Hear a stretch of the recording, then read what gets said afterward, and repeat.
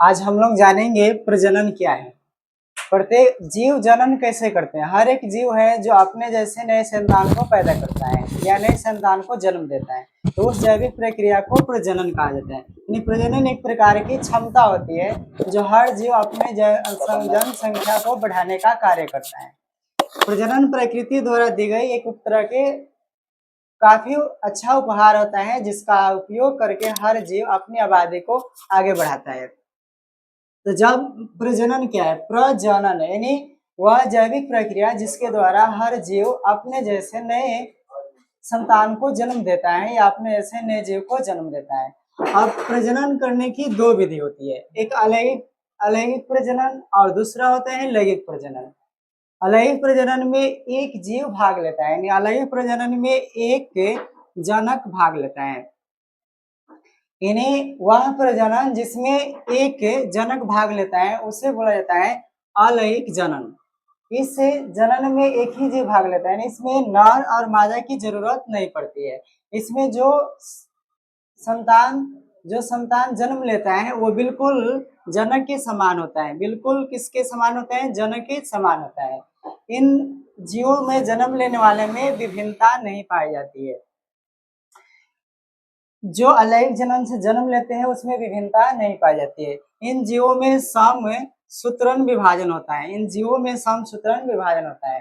अलैंगिक जनन वह जनन होता है जिसमें नर और मादा दो जीवों का संलयन होता है। इन्हें अलैंगिक जनन करने के लिए नर और मादा जो दो विपरीत जनक को भाग लेना जरूरी होता है, जबकि अलैंगिक जनन में सिर्फ एक जनक भाग लेता है। अलैंगिक जनन में जो नए जीव बनता है उसमें विभिन्नताएं पाई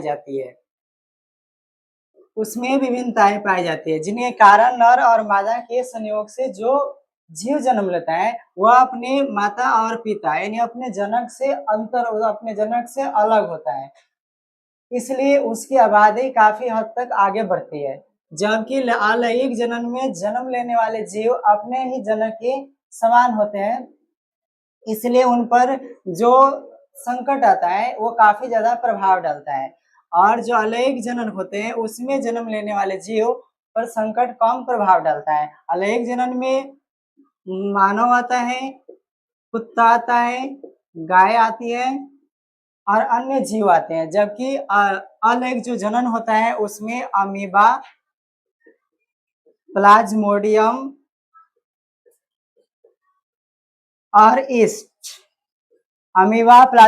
और ईस्ट ऐसे जीव हैं जिनमें अलैंगिक जनन होता है। यानी ये जीव अपने से खुद से नए जीव को जन्म देते हैं, जबकि मानव, कुत्ता और गाय इसमें दो विपरीत लिंगी जीव को मिलना पड़ता है, इसलिए इसे अलैंगिक जनन कहा जाता है। जबकि अमीबा, प्लाज्मोडियम और ईस्ट को अपने जैसे नए जीव को जन्म देने के लिए दूसरे जीव की जरूरत नहीं पड़ती है, इसलिए इसे अलैंगिक जनन कहा जाता है। अगला वीडियो में अलैंगिक और लैंगिक के प्रकारों की चर्चा करेंगे कि कौन सा जीव अलैंगिक जनन करता है और कौन सा जीव लैंगिक जनन करता है।